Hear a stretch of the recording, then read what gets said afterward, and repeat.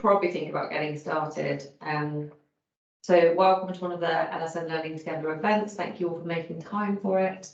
We're really pleased to have Orla here. I'm going to let her do her own introduction because I know she's been practicing some pitching. But we're really pleased to have her here. She's got lots and lots of expertise and really looking forward to this talk, so I'll hand over to her now. Thanks, KJ. I'm going to try and share some slides.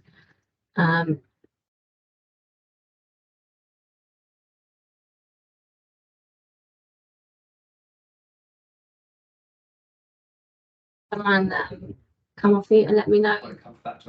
They can see that. The patient here accusing you of being cryptic. We can, yeah. Or you can just okay. Look, I'm not trying to be cryptic. I'm just trying to, just acknowledging. I think maybe someone else. There we go. Thank you. Thanks all for joining. As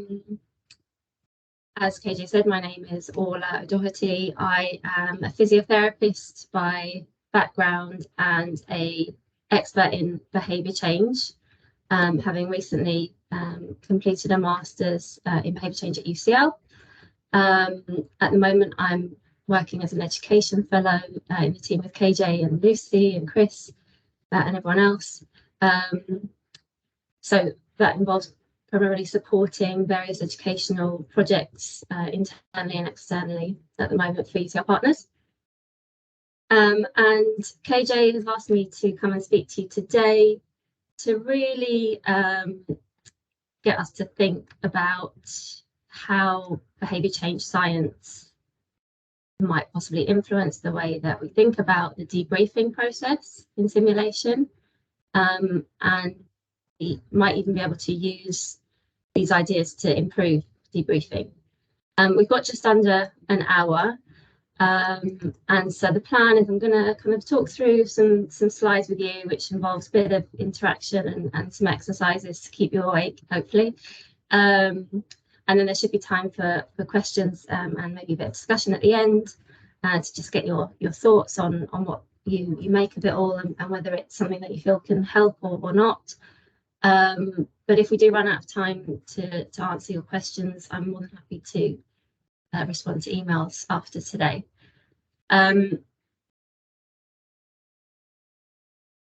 Okay. So we're going to start by just briefly talking about what behaviour change science is and why it's relevant, I think, for the debriefing process. I'm then going to hand over to you guys briefly, really so that I can understand some of the challenges that you face in supporting clinicians to change their practice. I'm going to hopefully give you a behaviour change science 101 so that you have a foundation understanding of what it's all about. And then we're going to think about what that means in terms of putting it into practice. And then get you to think about what you might do to try and see if this helps at all, make a plan for integrating this into what you're already doing.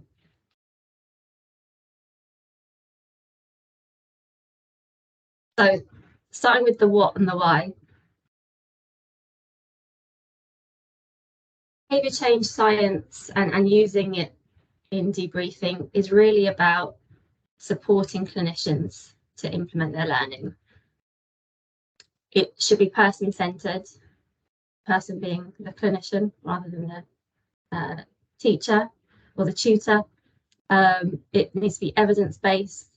And the idea here is for anything that we talk about today to be complementary to what you're already doing, as opposed to a whole new way of doing things.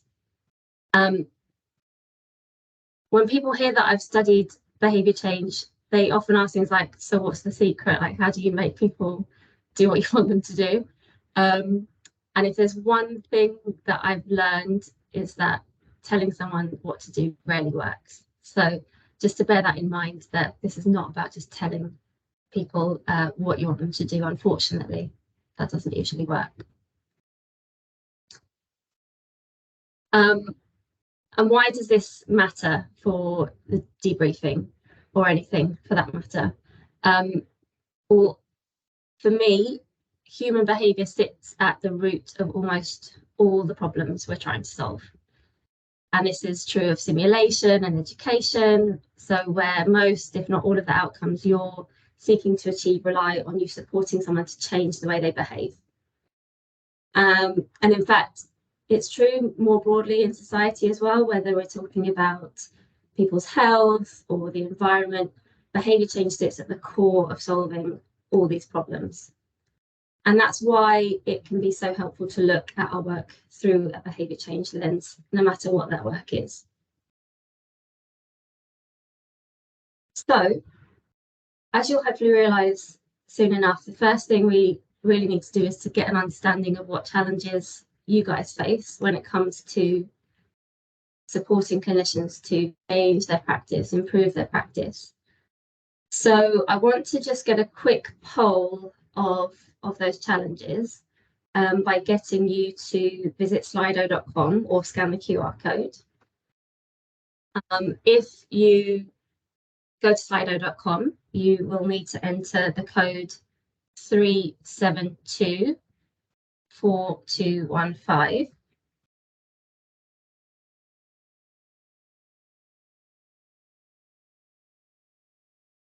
And just pop in a brief sentence or a word or two that summarises some of the challenges that you've come across when you're trying to get people to do things differently.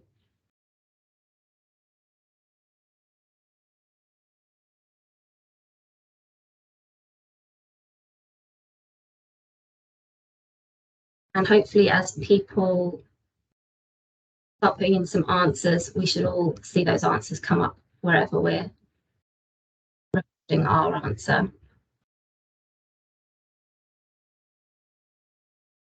If anyone's having any problems, let me know.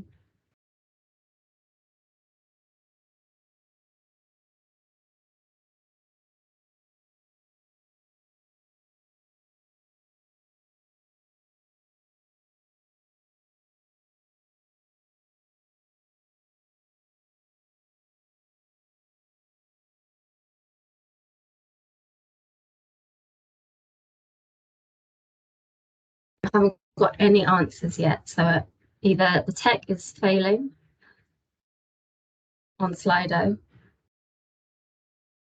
They are coming Well, up. the tech Orla. is failing because there Coming up. are responses. Yeah. There are responses, just me that can't see them. Okay. Absolutely, yeah. You have to Let join me- the chat. Join the chat. 1 second. Scan the QR link, you'll be able to see them. Yeah, I'm gonna do that. I did have it up already, but I'm guessing it expired or something. My version of it.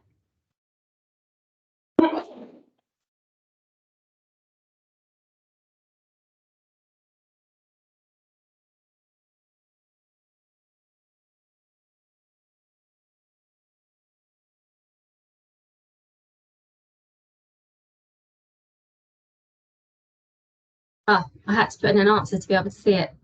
Mine is the listening one. That was the first word that came to my mind. Okay, thank you. So just going to summarize briefly what people have put. Systems issues, yeah. Reticent to change, just used to doing the same old things. Territorial, hierarchy, reluctant again, cultures, time, fear.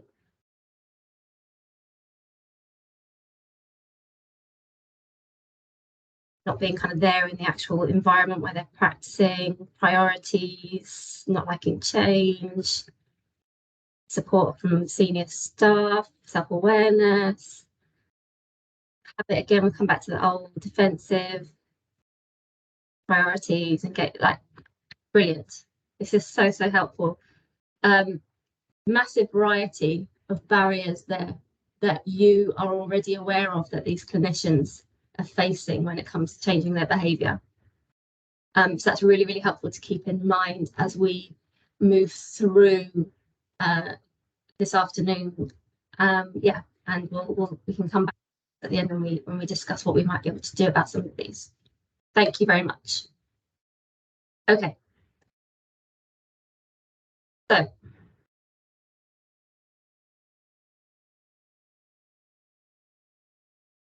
To change, before we can go any further with these ideas, what the barriers are, you're going to need a basic understanding of the theory that sits behind behaviour change.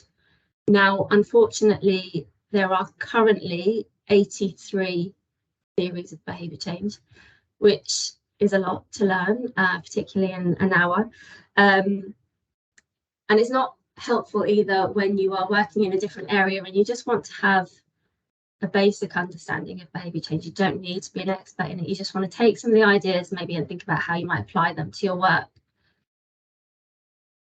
But the good news is that there is one theory of behaviour change that sums all 83 of those theories up in one. And to help us understand that theory, we're going to try and solve a murder mystery this afternoon. And by solving this murder mystery, we should be able to really understand what it takes for someone to perform a behaviour. And in this case, that behaviour is murder. So it's a bit like Cluedo, but for copyright purposes, we're going to call it Whodo.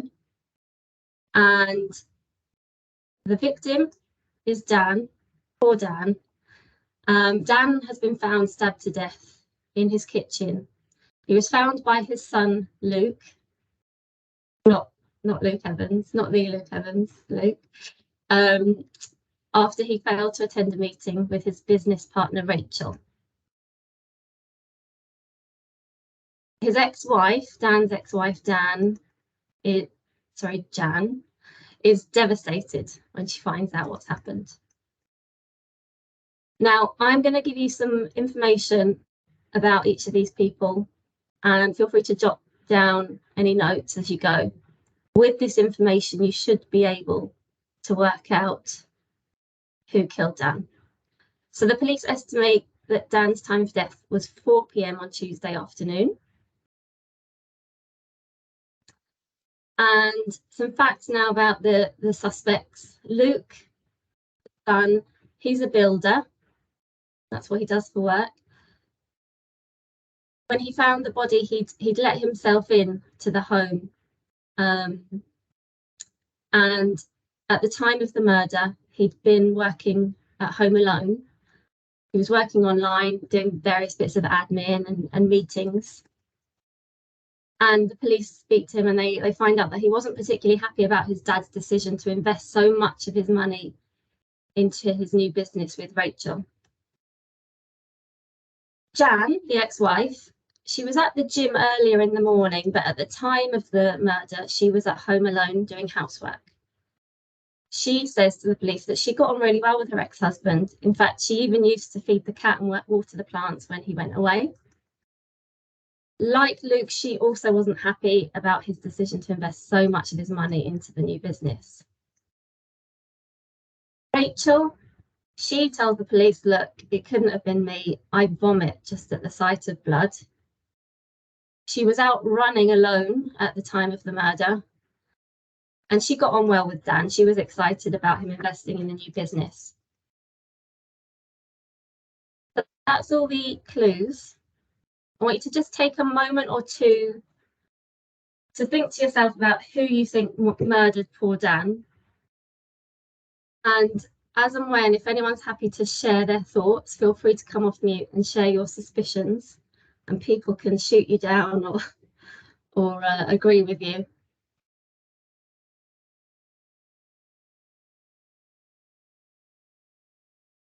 Anyone want to have a punt? Any Miss Marples out there? Hello there. I reckon it's Rachel. Just throwing it right out there. Why? Give us a summary of what your reasons are. Well, her first comment was that she hates the sight of blood. So she must have had a bit more of an insight into how he died, opposed to just being told he died. Whether it be with sort of the candlestick or, yes, you know, the lead piping or whatever it is. Yes, she's excited about the business information, but if she's already got the money, then she's going to cut and run. Excuse the pun. Thank you. Anyone want to agree with that, disagree with that? Couple more suggestions before we work it all out. Is it all three of them? That would be a good twist. No, it's not that bad a red herring. It is just one. I agree that it's Rachel. Yeah. I Any think- different reasoning? Well, my reasoning was that she's the one who he didn't show up for the meeting with. So it feels like the others sort of get alerted because of that. So that's kind of like the first step. She kind of raised the alarm as such. Yeah, but then the blood thing, I think, is a better reason, actually. Thank you. One more. Anyone think it's someone else?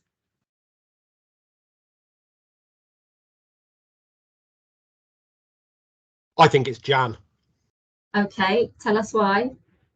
I know you're laughing, Liz. So, and she's got no real alibi for when the time of the murder happened.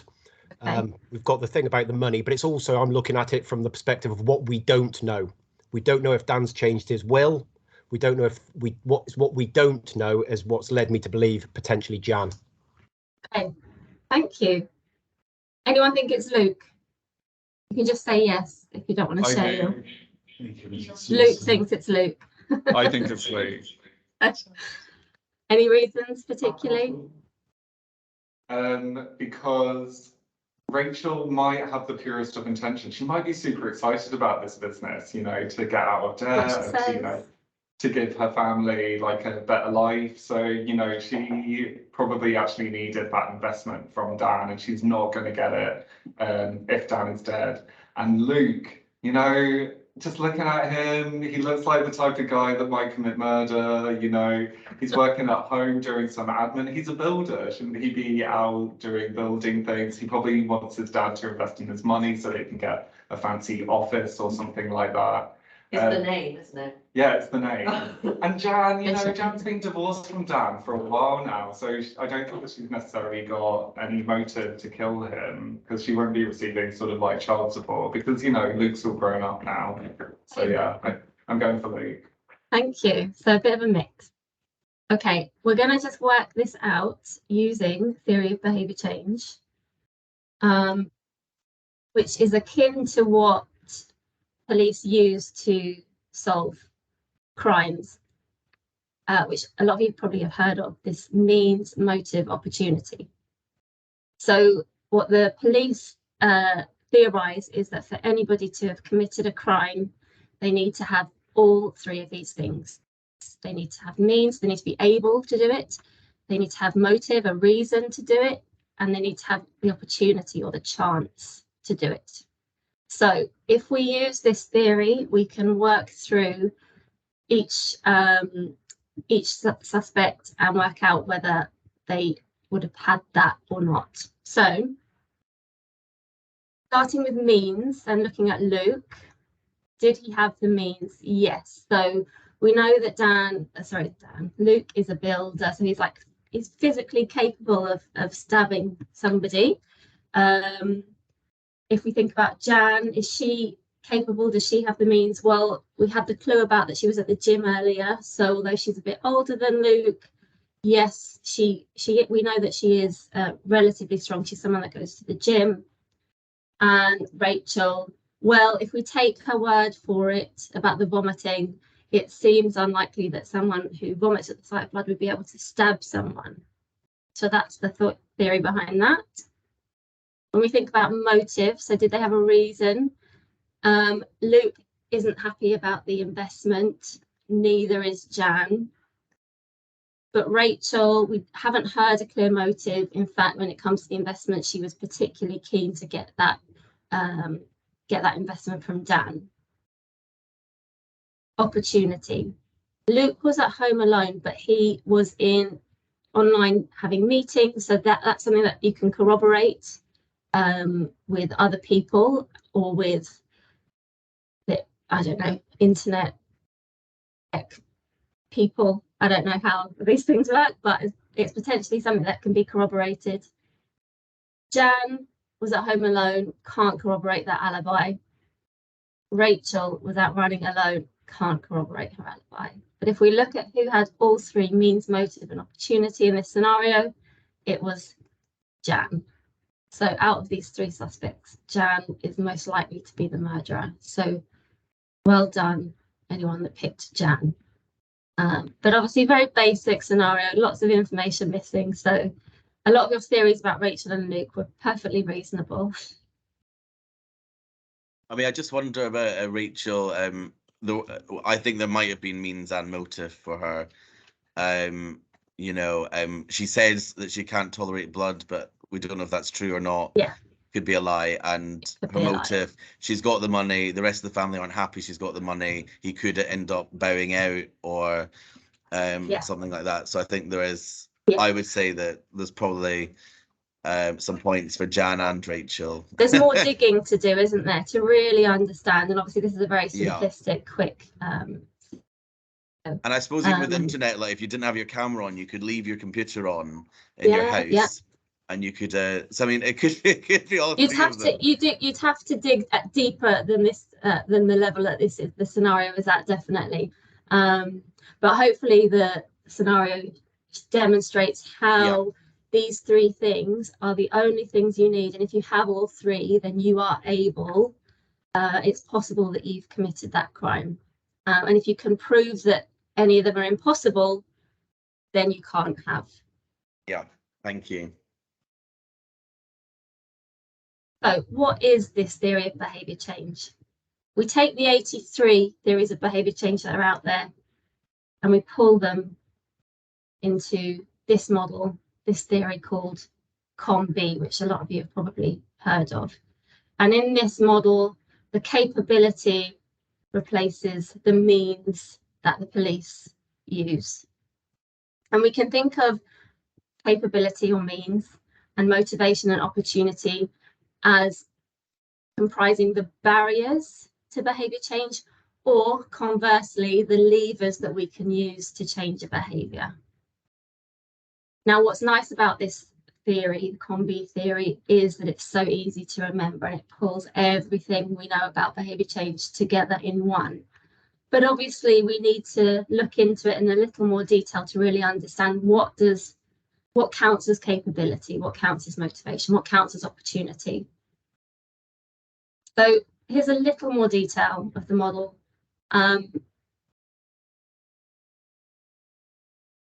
That you can see there. So just to pick out a couple of examples. When we talk about capability in this model, we're talking about things like knowledge and skill.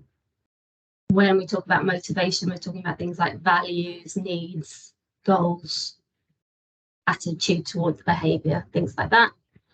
And when we talk about opportunity, we're talking about things like your environment, so the context, the resources, social norms, social influences, things like that.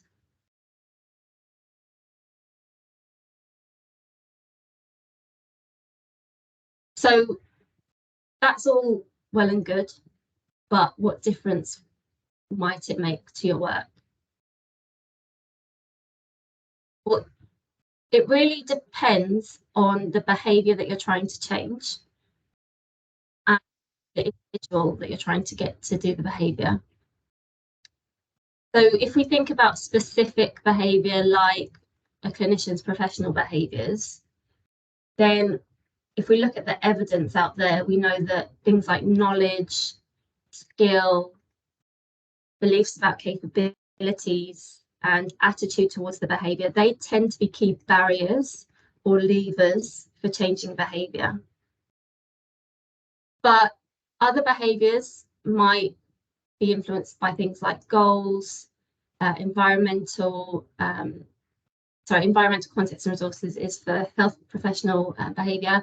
Other behaviours could be goals, beliefs about consequences, memory, attention and decision processes, things like that. So it could be anything, really depends on the person and on the behaviour. So because of that, we really need to dig down, like we kind of talked about with that scenario, into understanding the individual's perspectives on the challenges that they're facing when it comes to changing their behaviour. And the key things to remember to achieve that is to remember that our role is to support clinicians, not tell them what to do. Like we touched on at the beginning, behaviour change is not about telling people what to do. Remembering that the clinician knows more about the barriers and challenges that they're facing than you will, because they're living it every day. But what does that actually look like? How do you put that into practice? How do you get that understanding?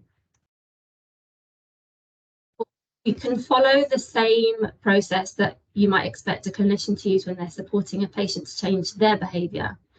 And this process that I've outlined here is loosely based on motivational interviewing techniques and the techniques that are taught in interventions like making every contact count, which is a brief behaviour change intervention approach. So if we start at the top, thinking about spotting your chance, this is what opportunities you get to have these conversations and really get to understand what's getting in the way for the clinician. If the clinician was to say mention something relating to the change you want them to make, you could pick up on that then and there and say things like, oh, you mentioned that, or do you mind if I ask a bit more about that? So phrases like this can be quite helpful to spot your chance and get in there and pick up on it.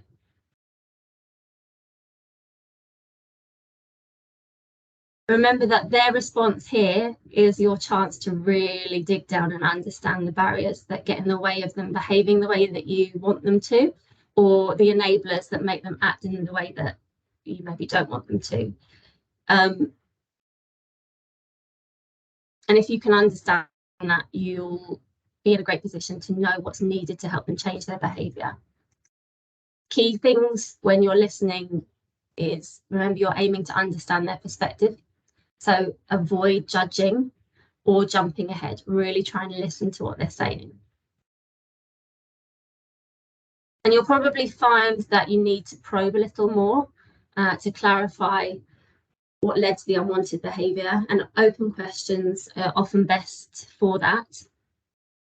Open questions can be harder to think of on the spot than it would seem. So it's useful to have some sentence starters kind of in your mind. So things like, how have you thought about this? Or how have you done it normally? Or how do you usually do it like that? Do you usually speak to so-and-so before you do X behaviour? And again, that do you mind if I ask type question.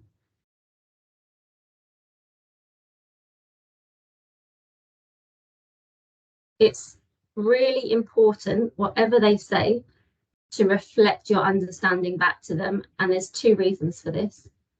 The first is that it helps you to make sure that you have got the right end of the stick, that you've understood what they mean and what the barriers are. But secondly, and just as importantly, is it shows empathy. It shows that you really do understand why they've acted the way they have, regardless of whether you think it's wrong or right. Because at this point, it's not about right or wrong, it's about really understanding why. Phrases like, it sounds like you feel, or you struggle to, can be quite nice sentence openers for these. So that's a couple of ideas to get you started, but really anything that is just reflecting what they've said without judgment will usually work quite well. And then summarize. This is similar to reflection and often gets kind of confused with it, but summarizing really serves more to pull a whole conversation together, as opposed to the reflection, which is really kind of as you go, reflecting sentence by sentence, perhaps. So phrases that summarize might be things like, so you're saying that, or just to summarize. There are a couple of sentence starters that can be quite nice to pull everything together.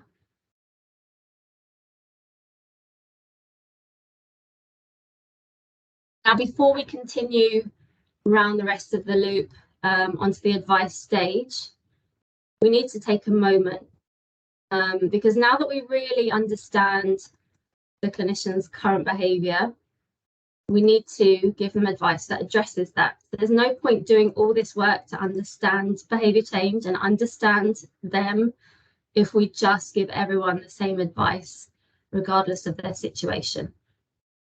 I came across this picture and I thought this summarised it quite nicely. There is no point taking a random approach to trying to change behaviour. And behaviour change needs to be tailored to the behaviour and the individual.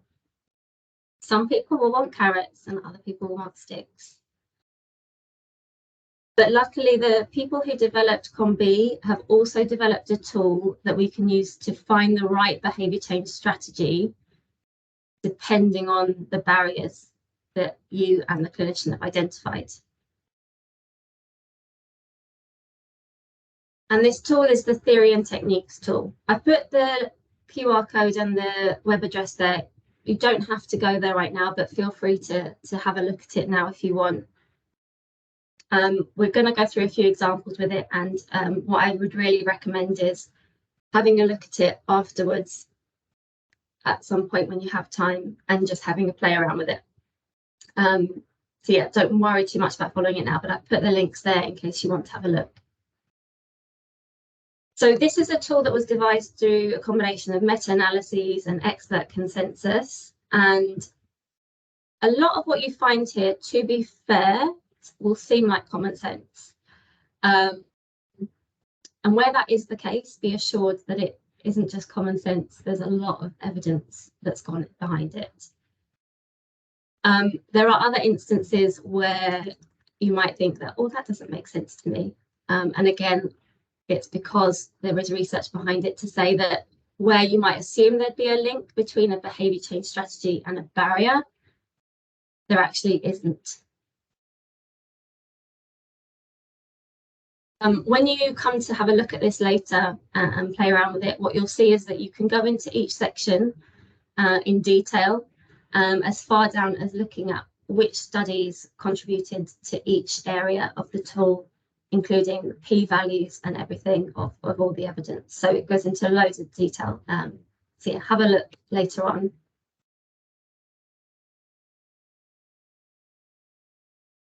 But for today, let's look at a few examples of how you might use this tool to help you work out what advice or what things you might do to support a clinician to change their behaviour depending on the barriers that you've identified together.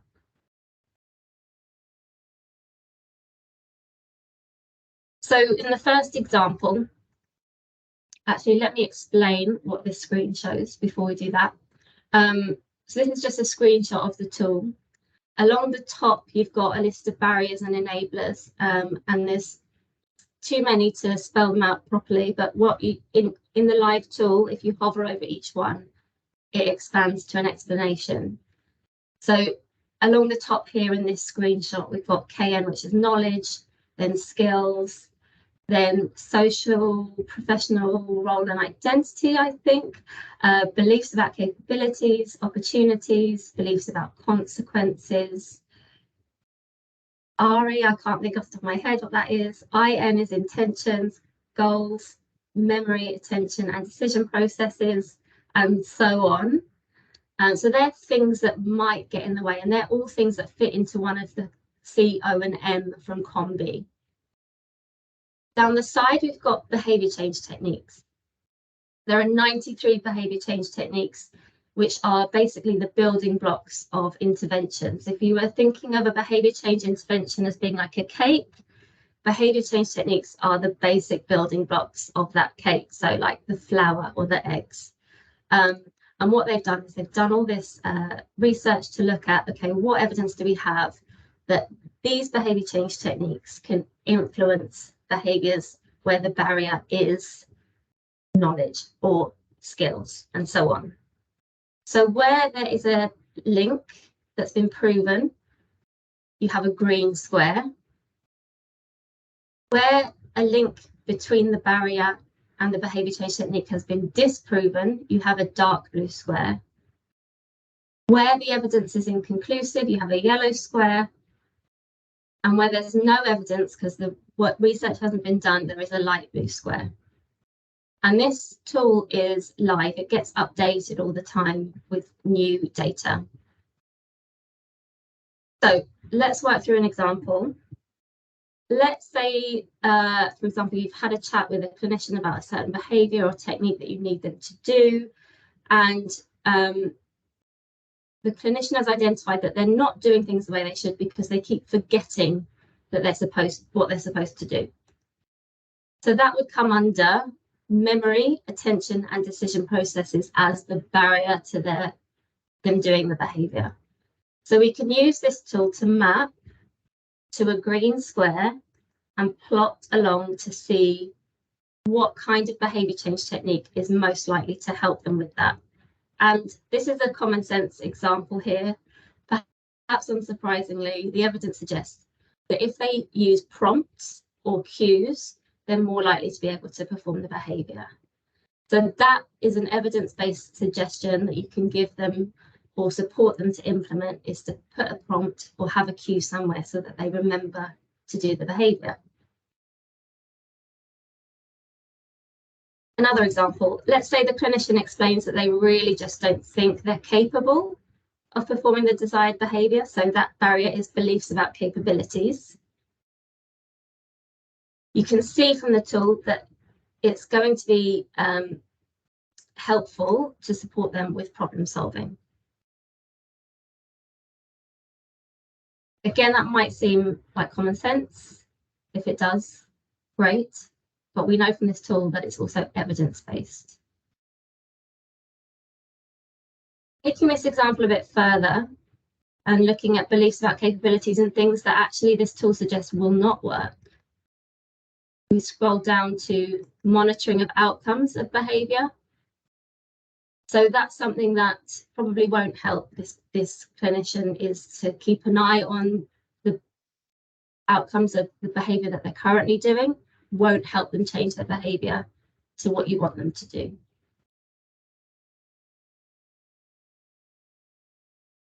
If they're struggling because they haven't been getting any feedback about the impact of their behaviour, that comes under feedback processes. And it's probably useful to use either techniques that will look at or show them the discrepancy between their current behaviour and what they should be doing, or to give them just direct feedback on their behaviour, or get them to monitor their behaviour themselves, or give them feedback on the outcomes of the behaviour. So there's lots of options there. And again, these seem like they make sense. But an interesting one when it comes to feedback processes is that it might be equally effective to use social comparisons. So, for example, any technique that allows the clinician to compare their behaviours with that of their colleagues might be just as good as any of those other feedback techniques. And that's something to bear in mind. This is where it's useful, is where you don't have the option to do those feedback techniques, or you put all these ideas and suggestions to the clinician and they say, actually, that's what's going to be really helpful for me. Just a couple of examples there of how to use the tool, but as I say, have a look at it later and have a play around. So once we have some evidence-based behaviour change techniques to offer or suggest, we can discuss these options with the clinician.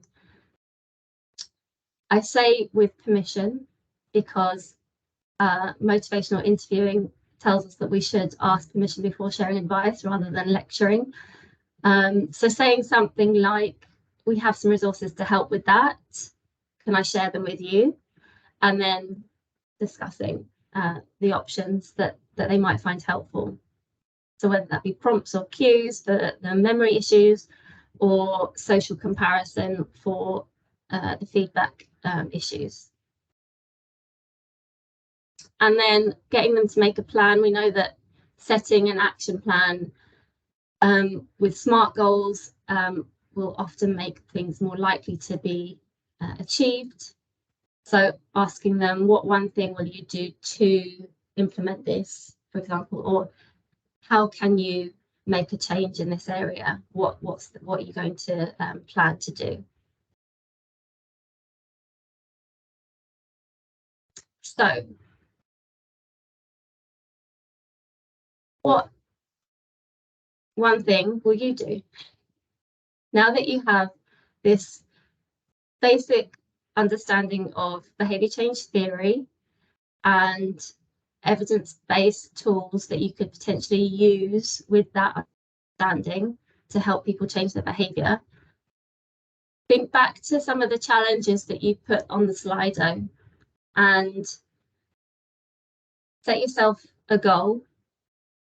And I'd suggest having a look at how you would map your challenges along the top of that theory and techniques tool. What category does it best fit into? And like I said, if you are on the tool live, you'll get an expanded version and definition of each of the barriers. So you'll be able to find quite easily where your challenge fits. And then try mapping it to a behaviour change technique that we know has evidence that can work for that type of barrier, and have a think through which ones seem most appropriate for you. And then try and make a plan for when, where, how, and with whom you're going to have a go at putting these into practice.